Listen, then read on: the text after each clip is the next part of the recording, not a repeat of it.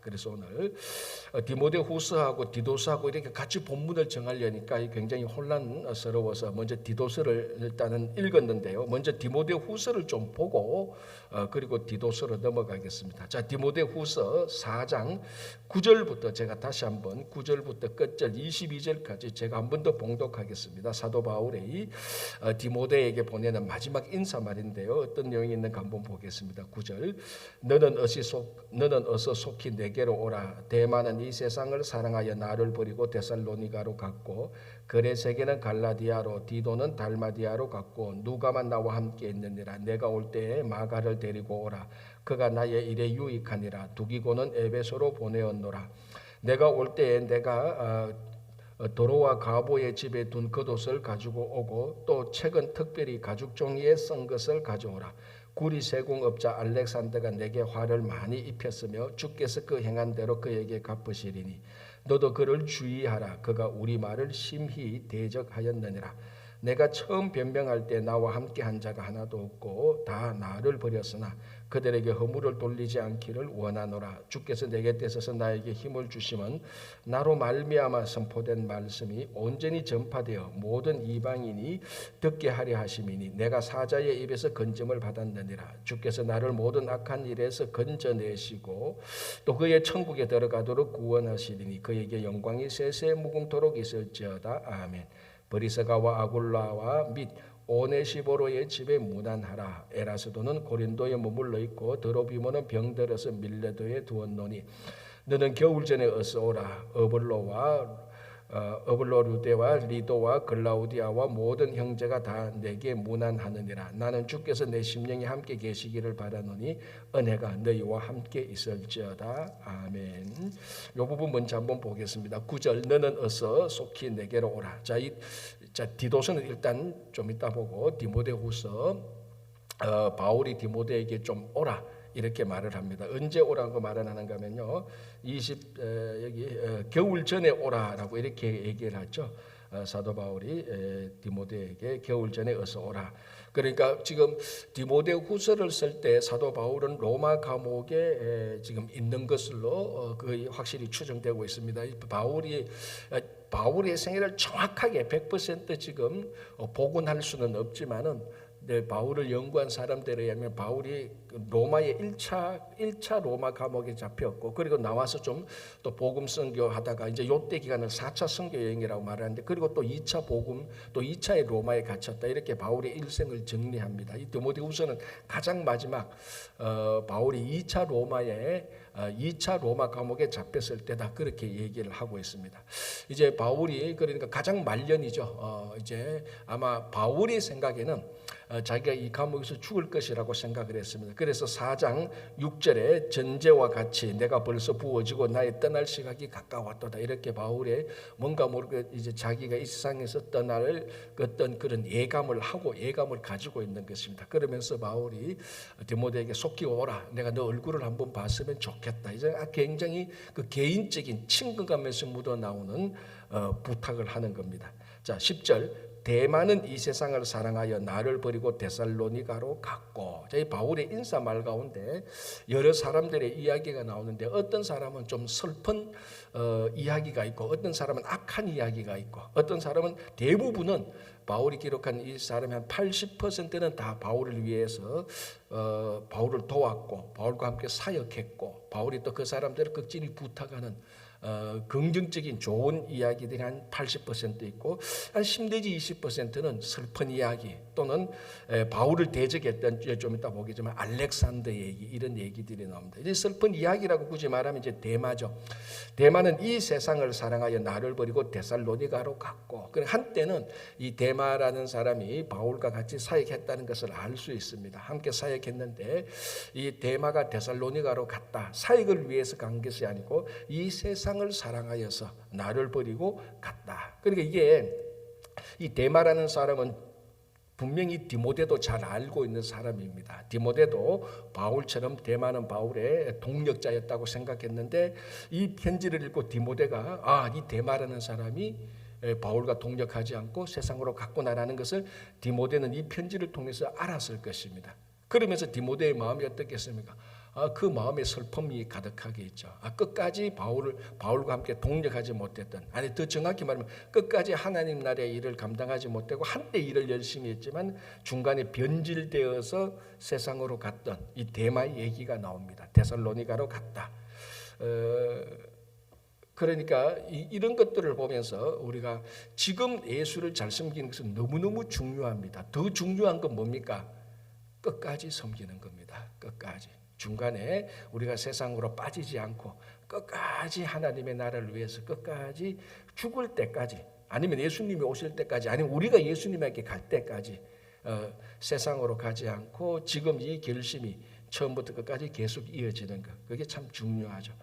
자, 그리고 데살로니가를 갖고 거래 세계는 갈라디아로, 디도는 달마디아로 갖고, 이 거래 세계와 디도는 뭐 세상을 사랑해서 간 게 아니고 여러 가지 일 때문에 이제 그쪽에 있다라고 바울이 아는 정황을 디모데에게 알려주는 겁니다. 자, 이제 그다음 중요한 얘기가 나오는데요. 누가만 나와 함께 있느라. 대부분의 연구가들이 이 누가는 누구라고 추정합니까? 누가복음을 기록했던 누가라고 추정합니다. 연도나 이런 사역들이 똑같고, 이게 가능성이 충분히 있는 게, 누가는 의사 아닙니까? 그리고 바울이 로마 감옥에 갔지만 그의 이제 몸의 질병 같은 것들은 이제 건강, 체력 이런 문제를 누가가 계속해서 옆에서 돌보아 준 것입니다. 그래서 그거는 누가는 걱정하지 마라. 누가는 아직까지 나와 함께 있다. 이렇게 말합니다. 11절 누가만 나와 함께 있느라 내가 올 때에 마가를 데리고 오라. 이 부분이 이제 놀라운 일이죠. 왜 그렇습니까? 자, 이 마가가 누구입니까? 이 마가가 바울과 바나바가 1차 선교여행하고 난 다음에 2차 선교여행을 갈라졌지 않습니까?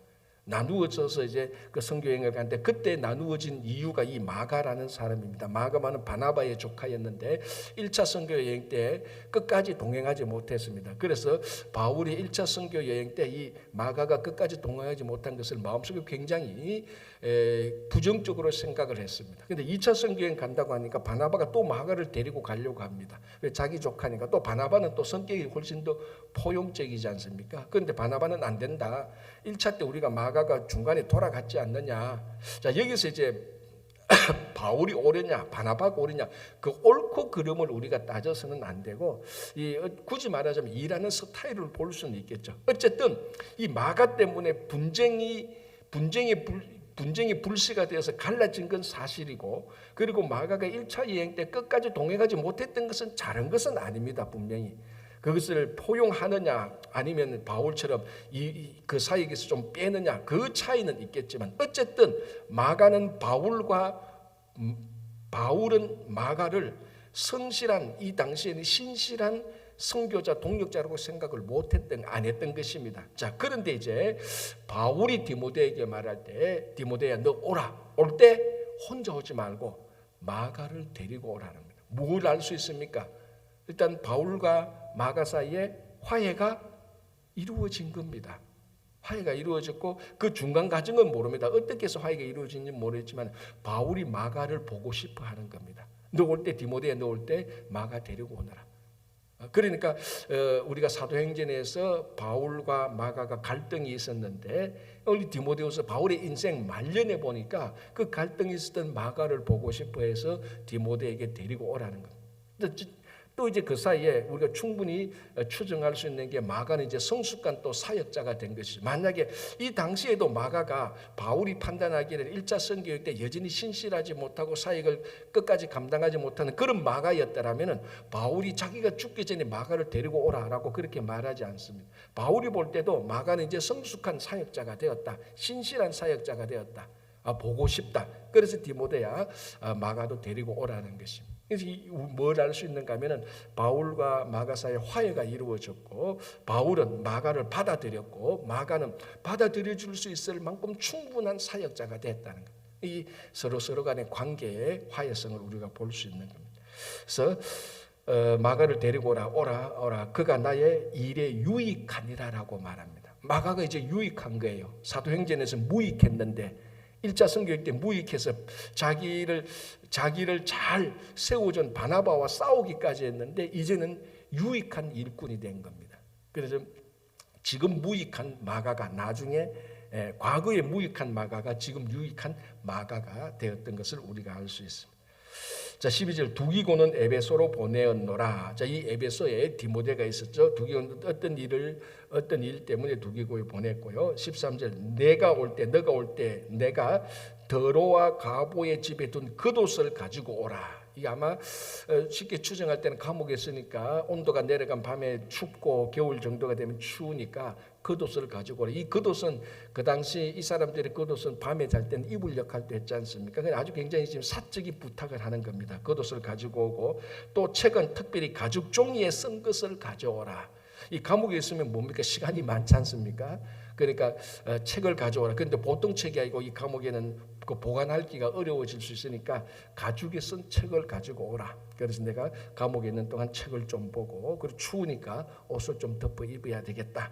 아주 사적인 그런 내용이 나오는 겁니다. 자, 이제 14절 구리 세공업자 알렉산더가 내게 해를 많이 입혔으며 주께서 그 행한 대로 그에게 갚으시리니 너도 그를 주의하라. 그가 우리 말을 심히 대적하였느니라.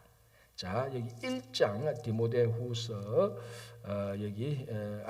디모데전서 1장에 보면은 여기 1장 20절 보시기 바랍니다. 디모데전서 1장 20절 19절 20절 볼게요.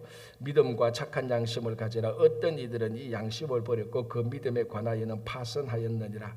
그 가운데 후메네오와 알렉산더가 있으니 내가 사탄에게 내준 것은 그들로 훈계를 받아 신성을 모독하지 못하게 하는 말. 그러니까 이 후메네오와 알렉산더가 양심을 버리고 믿음에 파선한 사람이었습니다. 자, 그런데 디모데후서 4장 끝부분의 마지막 때 15절 16절에 또 알렉산더라는 사람이 나옵니다. 이름이 나옵니다. 100% 이 알렉산더가 그 알렉산더라고 주장은 못하지만 90% 이상 이 디모데전서 1장에서 말했던 알렉산더, 후메네오와 알렉산더, 양심을 버리고 믿음에 파선했던 그 사람이 디모데후서 4장에서 바울을 심히 대적했던 이 구리 장색, 구리 세공업자 알렉산더하고 같은 동일 인물로 보는 겁니다. 그러니까 여러분 한번 생각해 보십시오. 이 바울이 지금 노년입니다. 노년의 디모데에게 말하는데 이 알렉산더라는 구리 세공업자 알렉산더라는 이름을 들먹일 정도로 이 알렉산더는 바울과 디모데와 여러 동력자들의 사역을 대적한 겁니다. 그래서 오늘 또 여기 보면 심히 대적했다. 15절 너도 그를 주의하라. 그가 우리 말을 심히 대적. 우리 말 무슨 말? 복음을 전했던 말입니다. 그러니까 별뭐 트집을 다 잡았겠죠. 별별 우리가 바울이 사도냐부터 시작해가지고 그럼 우리가 율법을 지키지 않아야 되느냐 이런 말부터 시작해서 아마 심히 대적했단 말, 이 말의 뉘앙스로 봐서 어떤 바울이 지난 복음만 단순히 그에 대한 논쟁을 하고 반대했는 것만이 아니라 우리가 말한 바울에 대한 비난, 뒷담화, 수군수군, 그래서 바울이 사역하는데 굉장히 힘들게 했던 사람이었을 겁니다. 그러니까 심히 대적했다. 이것을 디모데에게 말을 하면서 이 말을 하는 이유가 뭐냐면은 바울이 알렉산더에 대한 화풀이가 아니고 디모데야 너도 참 그 사람을 주의해야 된다. 주의를 주기 위해서 디모데에게 주의를 주기 위하여서 이 사람 일을 언급하는 겁니다.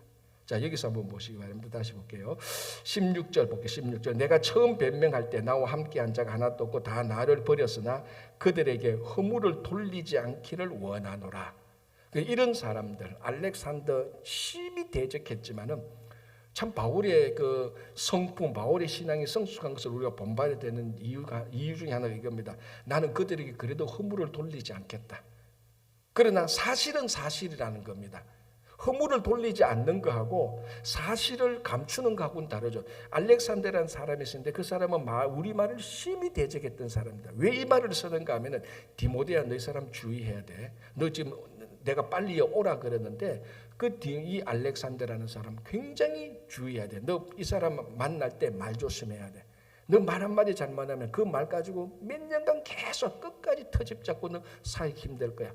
그걸 알려주기 위해서 알렉산더란 말을 한 것이지 이 사람을 공개적으로 디모데 공개적으로 어떻게 해서 비난하려고 하는 건 아닙니다. 이 비난하려고 하는 모든 것들은 뭐라고 하면 그들에게 허물을 돌리지 않기로 했고, 자 여기 보십시오. 14절 구리 세공업자 알렉산더가 내게 해를 많이 입혔으며 주께서 그 행한 대로 그에게 갚으시리니.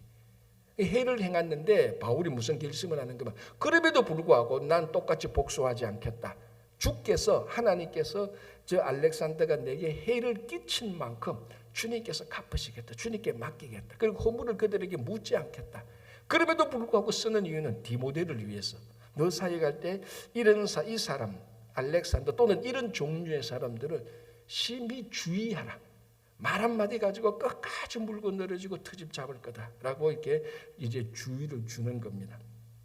저는 이제 이런 것들을 볼 때 이런 이제 목회적인 상황인데 보니까 이런 걸 볼 때 참 저는 위로가 되죠. 왜? 사도 바울이 말을 해도 대적하는 사람이 있는데 제가 말을 하는데 대적하는 사람이 없으면 그게 이상하죠. 그러니까 이게 2000년 전에 사도 중에 사도 아닙니까? 2000년을 거쳐서 가장 위대한 사도 한 명을 뽑으려면 사도 바울인데 이 바울도 사역을 하게 될 때 바울의 말에 터집 잡고 심히 대적했던 사람이 있어요. 그러니까 이게 2000년 동안 똑같습니다. 어느 한 교회가 어느 공동체가 온전하지 않는 이상, 완벽하지 않는 이상 거기에는 항상 가라지가 있는 거예요. 제가 아직도 기억하는 게 이제 부목사 할 때 이제 뭐 선배 목사님 멘토링 하게 될 때 교회들마다 다 그 큰 교회든 작은 교회든 우리 비유를 맞자면 가라지와 같은 사람들이 있습니다. 없을 리가 없죠. 온전하지 못한 교회니까. 이제 그때마다 이제 우리들은 가라지는 뽑아야 된다라고 이렇게 말할 때 늘 선배 목사님들은 말합니다. 가라지 뽑지 마라. 그냥 두라고 말합니다. 왜? 가라지 그거 하나 뽑잖아. 그 자리에 가라지 2개 놔. 그렇게 말을 하는. 그리고 가라지 뽑다가 우리 그 비유의 말씀대로 알갱이까지도 같이 얽혀서 뽑혀. 그럼 가라지는 가라지대로 그냥 놔둬. 그거 네 인력적으로 뽑으려고 뽑잖아. 2개, 3개나. 그리고 가라지 없는 교회는 없대. 저는 그 말이 굉장히 위로가 되었습니다. 그렇구나. 그때 제가 느낀 게 교회라는 것은 우리가 이 땅에 있는 교회는 끊임없이 하나님 나라를 모방하고 하나님 나라를 닮아가지만 이 땅에 있는 교회 어느 교회도 온전하지는 못하다. 온전하지 못한 교회라고 해서 나쁜 교회냐 천만이 그거 않습니다. 여러분 우리 그 농가밭에 가보십시오. 가라지 없는 농가밭은 하나도 없습니다. 아무리 가을이 돼서 풍성한 수확을 거둔 밭이라 할지라도 그 밭에는 항상 가라지가 있었어요. 가라지가 있었다고 해서 그 농가밭에 수확이 거두어지지 않느냐 천만에. 가라지가 있어도 그 농가밭에는 풍성한 수확을 거두어요. 교회도 똑같아요. 가라지가 있다고 해서 교회가 사역을 못하느냐, 교회에 열매가 없느냐 아니에요. 가라지가 있어도 교회는 사역을 하고 교회는 풍성한 수확을 거둡니다. 중요한 것은 가라지가 있다고 해서 그 가라지가 교회를 오리엔테이션 방향을 잡으면 안 된다는 겁니다. 알곡들이 이 가라지가 있는 그 밭이라도 알곡 중에 풍성한 열매를 맺으면은 그냥 가라지는 그냥 가라지 아무 힘도 못 써. 그리고 하나님께서 마지막 때 심판 때에 가라지를 다 묶는 겁니다. 지금 이 사도 바울이 알렉산더에게 굉장히 많이 아픔을 말합니다. 14절 구리 세공업자 알렉산더가 내게 해를 많이 입혔으며, 자 부사를 보시기 바랍니다. 구리 세공업자 알렉산더가 내게 해를 입혔으면 아니죠. 뭐라고 말합니까? 많이 입혔으며. 그리고 15절 너도 그를 주의하라. 그가 우리 말을 대적하였다가 아니고 뭡니까? 심히 대적했다. 그러니까 많이 괴롭혔고 심히 괴롭혔다. 이 알렉산더 구리 세공업자 아마 구리 세공업자니까 재정도 좀 있었을 겁니다. 구리도 세공업자하고 우리말로 하면 그 구리 뭐 공장 정도 한 사람이겠죠. 그러니까 많이 심히라는 이 부사를 볼 때 이 바울이 굉장히 힘들었고 바울의 사역자들한테 이 사람들은 많이 대적을 받았을 거예요. 그러나 디모데야 너 그 사람 주의하라. 그러나 이 모든 것은 주께서 해를 갚을 것이다. 자 그럼에도 불구하고 이 알렉산더 때문에 바울이 사역을 못했습니까? 천만에 사역 다 한 겁니다. 가라지가 있다고 해서 농가밭에 추수가 가을이 돼서 수확이 안 맺히느냐? 천만에 다 맺히는 겁니다. 그래서 이 바울이 이런 인사말, 사적인 인사말을 통해서 우리가 바울의 사역과 그의 신앙과 그의 부탁의 면면을 깊이 우리가 다 볼 수 있는 겁니다. 자, 17절 보겠습니다. 주께서 내 곁에 서서 나에게 힘을 주심은 나로 말미암아 선포된 말씀이 온전히 전파되어 모든 이방인이 듣게 하려 하심이라. 자, 바울의 별명이 뭡니까? 이방인의 사도 아닙니까? 이방인의 사도가 되기 위해서 하나님께서 바울 곁에 서서 계속해서 힘을 주신 것입니다. 그러니까 바울이 사도로서 사역을 할 수 있었던 가장 근본은 자기 힘에서 나온 것이 아니고 하나님께서 힘을 주신 것이라고 또 고백하고 있고요. 17절 마지막 부분에 내가 사자의 입에서 건짐을 받았다. 자, 이것은 어떤 하나의 사자라는 것은 바울을 괴롭히는 모든 일들, 뭐 배가 파손되고 감옥에 갇히고 대적을 받고 거짓 교사들이 바울을 막 반대했고 또 그 바울이 이방인들에게 복음을 전하니까 그 유대인들이 40명이 결단하고 사심 결단해서 금식하고 바울을 죽이려고 따라왔던 이런 모든 일들을 말하는 거예요. 그 모든 것들을 사자, 그러니까 자기를 잡아먹으려는 사자의 입에서 건짐을 받았다. 아마 어쩌면은 이건 제 개인적인 생각인데 바울이 이 말을 하면서 아마 다니엘을 생각했을 수도 있었을 겁니다. 다니엘 굴속에 들어간 사자, 그 다니엘 굴속이 아니고 미안합니다. 사자 굴속에 들어간 다니엘을 하나님께서 그 입속에서 완전히 구원해 주신 것처럼 바울이 매번 그 사자 입과 같은 그 속에 들어가도 하나님께서 그 입에서 건져 주셨다. 그러니까 우리가 주님의 일을 할 때, 사역을 할 때 방해를 받죠. 알렉산더 같은 사람이 있고 가라지 같은 사람이 방해를 받습니다. 배가 파손하기도 하고 오해를 받기도 하고 합니다. 그러나 영원한 진리는 뭡니까? 정말 우리가 진실하게 사역을 할 때 하나님은 모든 사자의 입에서 우리를 건져주신다는 겁니다. 바로 이런 구원의 역사, 구원의 하나님께서 우리를 사역하신 그 구원의 일들로 충분히 우리가 사역을 할 수 있는 겁니다. 자, 18절 주께서 나를 모든 악한 일에서 건져내시고 또 그의 천국에 들어가도록 구원하시리니 그에게 영광이 세세 무궁토록 있을지어다. 이제 완전 마지막 인사말까지 가죠. 자, 끝 인사 추가합니다.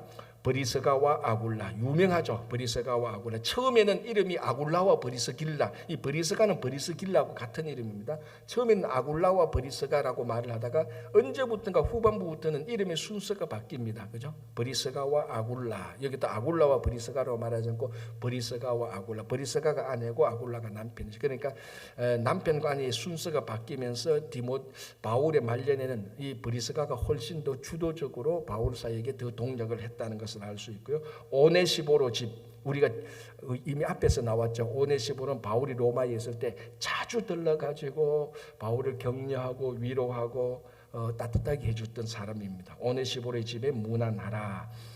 20절 에라스도는 고린도에 머물러 있고 더로비보는 병들어서 밀려도에 두었노니, 이제 개인적으로 좀 인사 말하죠. 21절 너는 겨울 전에 어서 오라. 아까 제가 말씀 지금 바울이 많이 지금 노쇠했습니다. 그러니까 이제 믿음의 아들 디모데 같은 사람들 많이 보고 싶어하죠. 너는 겨울 전에 어서 오라. 어볼로와 부데와 리더와 글라우디아 모든 형제가 내게 문안한다. 요 이름은 여기에만 딱 나옵니다. 그 어떤 사람인지 아직 알 수 없고요. 자, 마지막 구절 나는 주께서 내 심령에 함께 계시기를 바라노니 은혜가 너희와 함께 있을지어다. 마지막 인사. 이렇게 해서 디모데 전서와 후서 디모데에게 준 그 편지가 끝이 나게 되는 겁니다. 자, 이제 오늘 디도서로 넘어가겠습니다. 바울의 믿음의 아들 1번이 디모데라면 2번이 디도입니다. 디도. 자, 이 바울은 어디서 목회를 했죠? 에베소. 디도는 어디서 목회를 했는가 하면 그레데, 지금 우리 말하는 크레타섬입니다. 크레타섬은 뭔가 하면은 바울이 아까 말했지 않습니까? 1차 그러니까 그 로마 감옥에 처음 갇혔고 두 번째 로마 감옥에 갇혔을 때 그 사이에 4차 선교 여행이라고 우리 말을 하는 짧은 기간 동안에 잠시 선교를 다녔던 때가 있습니다. 그걸 우리가 잘 언급은 하지 않는데 짧은 기간이니까 요때에 바울이 크레타섬, 그레데섬에 잠시 들러서 미션을 좀 합니다. 바로 여기에 크레타섬에 디도가 사역을 하고 있는데 이 디도에게 준 개인적인 목회 서신입니다. 디모데 전후서와 디도서하고 사실은 같은 맥락입니다. 바울에게 믿음의 양아들 디모데와 디도인데요. 이제 디도에게 주는 편지를 우리가 같이 한번 보겠습니다. 1절 하나님의 종이요 예수 그리스도의 사도인 나 바울이 사도된 것은 하나님이 택하신 자들의 믿음과 경건함에 속한 진리의 지식과 영생의 소망을 위함이라. 자, 여기 1장 1절에서 바울은 자신의 신분, 아니 더 정확하면 자기 자신의 정체성을 말하죠. 정체성을 뭐라고 말합니까? 하나님의 종이요 예수 그리스도의 사도. 그러니까 바울 그리면 우리가 가장 먼저 떠오르는 두 명칭이 떠오릅니다. 종과 사도 또는 사도와 종. 바울은 종이요 사도라는 겁니다. 자, 종은 뭡니까? 종은 주인에게 속하여 있는 사람입니다. 그래서 종은 주인이 기뻐하는 일을 하는 겁니다. 그리고 종은 주인에게 순종하는 겁니다. 그죠? 자, 사도는 뭡니까? 사도의 원뜻은 부르심을 받은 자입니다. 뭐하러 부르심을 받은 자? 복음을 전하기 위해서 부르심을 받은 자입니다. 자, 그래서 종과 사도는요, 공통적인 특징인데 뭔가 하면 종과 사도는 종이 된 이후부터 사도가 된 이후부터 자기 자신을 위해서 사는 인생이 아닌 겁니다. 그거는. 이게 종과 사도의 공통적인 특징입니다. 바울이 내가 종이요 사도라고 말을 할 때 자기가 사도된 목적, 부르심을 받은 목적, 복음, 그리고 종이 된 목적, 하나님을 기쁘시게 하는 것. 그래서 하나님을 기쁘시게 해서 복음을 전하는 것. 거기에 자기 삶의 사역이 다 들어가 있는 것입니다. 그리고 바울이 편지 때마다 사도라고 언급하는 중요한 이유는요, 또 하나 있는 게 뭔가 하면 그게 사도로서의 권위를 말하고 있는 것입니다. 자, 이 바울이 사도를 만나서 사도권을 확보하고자 했던 것은 자기가 자기 자신의 권위를 높이 올리고자 했던 이유는 절대로 아닙니다. 왜냐하면 복음을 전하기 위해서 사도권의 확보가 중요해서 그렇지. 왜냐하면 우리가 앞에서 이미 많이 봤습니다. 많은 교회마다 거짓 교사들이 나서 바울이 전한 복음을 계속해서 공격했습니다. 바울이 전한 복음의 핵심은 뭡니까? 예수 그리스도를 믿음으로 구원받는다는 겁니다. 이 예수 그리스도가 죽은 지 3일 만에 부활하시고 승천하시고 우리가 그의 보혈을 믿어서 구원받는다. 율법으로 구원받는 게 아니라 이게 핵심이었죠. 그러니까 유대인들이 거짓 교사들이 계속해서 바울을 공격하면서 바울을 실제적으로 흠집낸 게 뭡니까? 저거는 사도도 아닌 게 말이지. 저런 엉뚱한 소리 한다고. 사도도 아닌 게 자꾸 율법을 비하하고 자꾸 복음이니 뭐니 저렇게 말하는데 저렇게 말하는 사람 사도도 아니야. 저 바울은 예수님과 함께 있지도 않았잖아. 그런 말을 너무너무 많이 들었어요. 바울이 그런 것까지는 감당할 수 있겠는데 복음이 전파되는데 방해되니까 그래서 바울은 자기가 사도라는 걸 얘기합니다. 그래서 필요할 때마다 다메섹 도상에서 부활하신 예수 그리스도를 만나서 예수님이 직접 자기를 사도로 선택했다라는 것을 가끔 이제 고백하기도 하죠.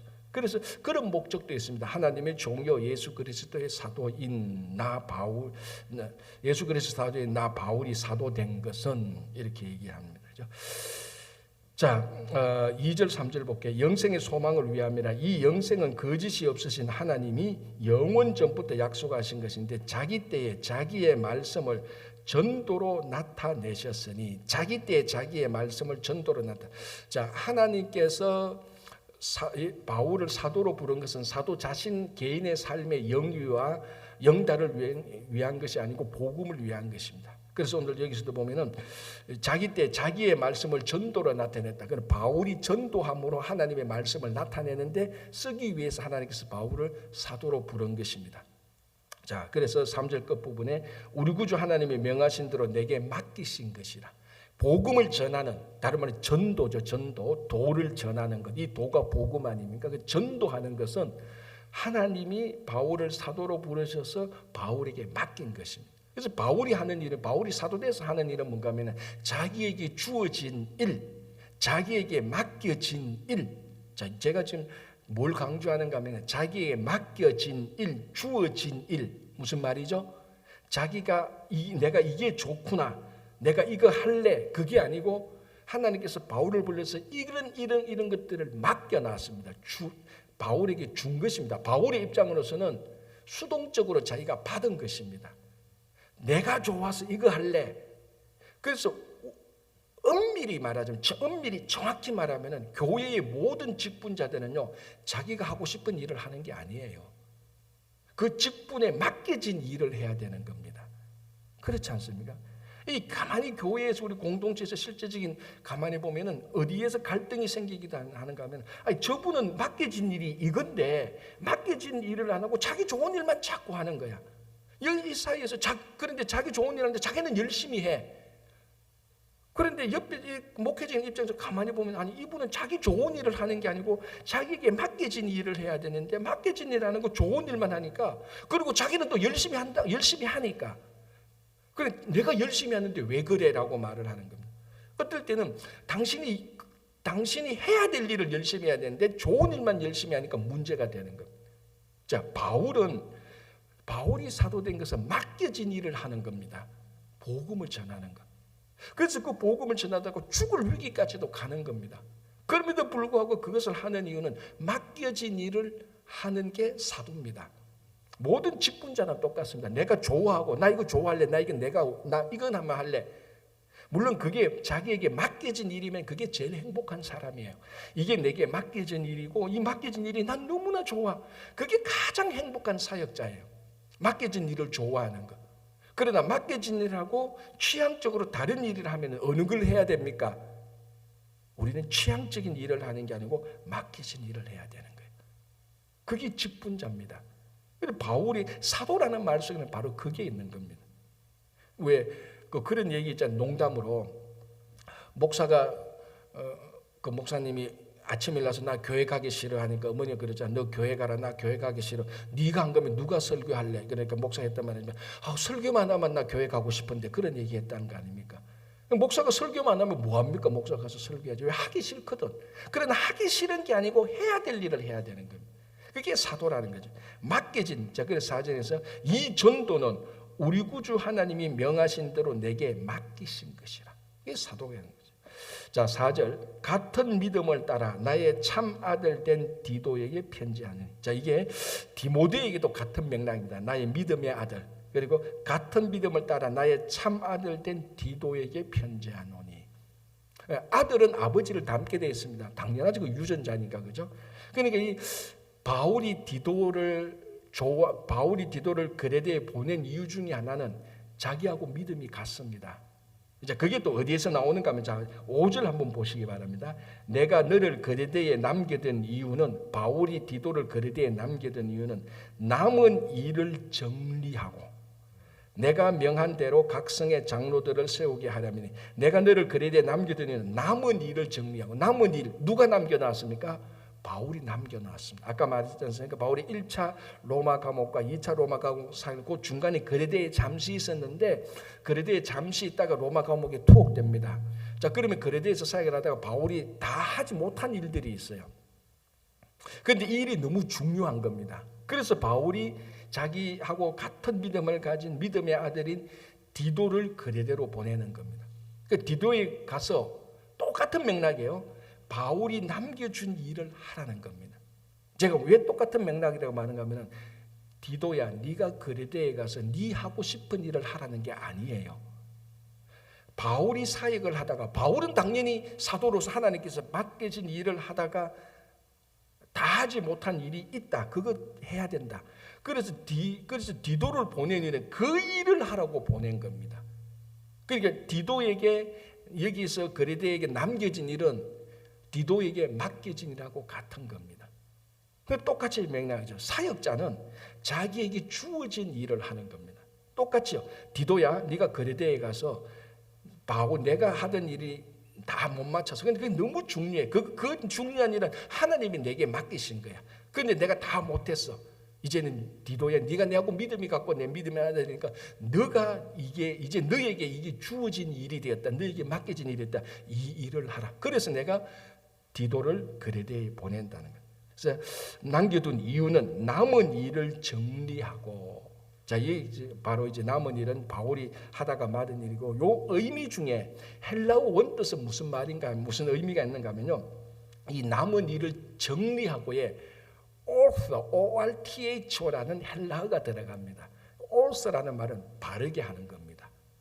우리 정교라고 말할 때 orthodox라고 말하지 않습니까? 바르게 하는 것, 정통, 바를 정자를 쓰는 겁니다. 우리 정형외과 할 때 그 orth라는 뜻 가잖아요. 뼈가 부러지면 뼈를 바로 세우는 것. 바로 남은 일을 정리하고는 그 어떤 일인가 하면 정확히는 모르겠지만은 이 말 속에 뭔가 있냐면 디도는 이렇게 됐습니다. 내가 가서 바울이 했던 일을 정리해야 되는, 그 정리하는 일 가운데 무언가를 바로 세워야 될 게 있다. 바울이 이거 다 하다가 못했으니 바로 세우다가 못하거나 이거 바로 세울 일이 있다. 자, 그래서 나온 게 뭐냐면은 그 다음에 내가 명한 대로 각 성의 장로들을 세우게 하려 함이니. 알았죠. 장로들을 바로 세우, 일꾼들, 리더들을 바로 세우는 거예요. 바울이 그거 하다가 2차로 로마 감옥에 잡힌 겁니다.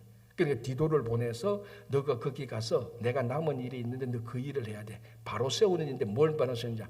감독들, 장로, 그 리더들입니다. 그 리더들을 바로 세워라. 내가 잠시 있었기 때문에 사람들을 못 세웠다. 그 리더들을 바로 세우라라고 말을. 다시 볼게요. 5절에 내가 너를 그레다에 남겨둔 이유는 남은 일을 정리하고 내가 명한 대로 각 성의 장로들을 세우게 하려 함이라. 자, 여기서 이제 장로들은 두 가지 의미가 있습니다. 노년층, 어른들이고 그리고 직분자의 장로, 이 같은 의미입니다. 그죠? 자, 그럼 그 사람들은 어떤 사람들이 이제 세워야 되는가? 자, 첫 번째 6절 책망할 것이 없고, 이제 여기 보면 우리 디모데 전후서에서 바울이 감동, 교회 리더 세우는 그하고 많이 유사해요. 자, 책망할 것이 없고, 이 책망은 주변의 같은 사역자들, 동력자들, 같은 신앙의 공동체 사람들로부터 책망할 것이 없고 이 말입니다. 자, 그런데 책망할 것이 없다는 말 속에 또 하나는 완벽해야 된다. 예를 들어서 그 공동체가 100명인데 100명이 다 책망하지 않는다. 그런 거를 말하는 거 아닙니다. 아까 말했지 않습니까? 모든 공동체에는 가라진이 있다. 알렉산더와 같은 사람이 있다. 그런 사람들은 뭘 해도 흠을 잡으니까 그런 차원에서 책망하는 것을 말하는 것이 아니고 딱 보면 알잖아요. 야, 이 사람에 대한 평가, 리더로서의 평가, 그거를 중요하게 여기라는 겁니다. 그러니까 우리 성도의 삶의 평가는 하나님에 대한 하나님이 우리를 평가하는 것하고 사람이 평가하는 것 같이 있습니다.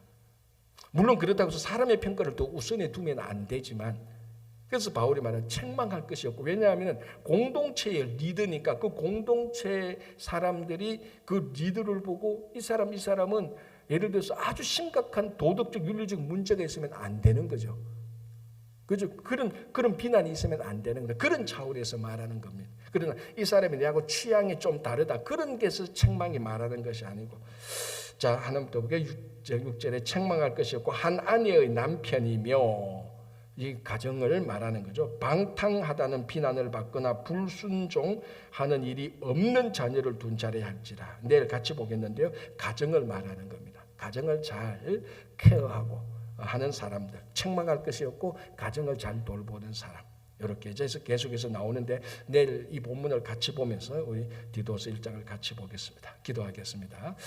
하나님 아버지 감사합니다. 바울이 에베소에는 디모데를 보내고 또 그레데에는 디도를 보내면서 하나님께서 맡겨진 사역을 계속 이어져 가는 것을 볼 수 있습니다. 이 사역이 오늘날 우리들에게 그대로 전달되어서 우리가 사도들이 했던 그 복음 전파의 사역을 잘 감당하는 교회와 성도가 되게 하여 주시옵소서.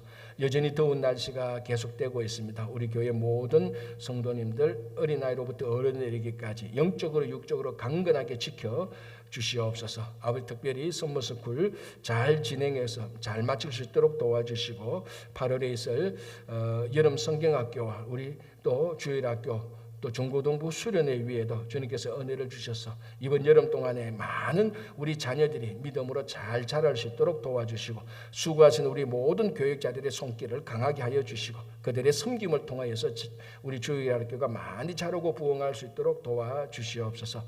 이번 주일도 성경 암송 퀴즈 대회가 있습니다. 함께 말씀을 중심으로 정말 저희들 함께 교제할 수 있도록 도와주시고 오늘도 우리의 삶을 주님의 손에 의탁합니다. 주님께서 우리를 온전히 인도하여 주시고 오늘도 우리가 언제 어디서 무엇을 하든지 맡겨진 일에 충성할 수 있는 일꾼이 되게 하여 주시옵소서. 예수님 이름으로 기도합니다. 아멘. 자, 이렇게 기도.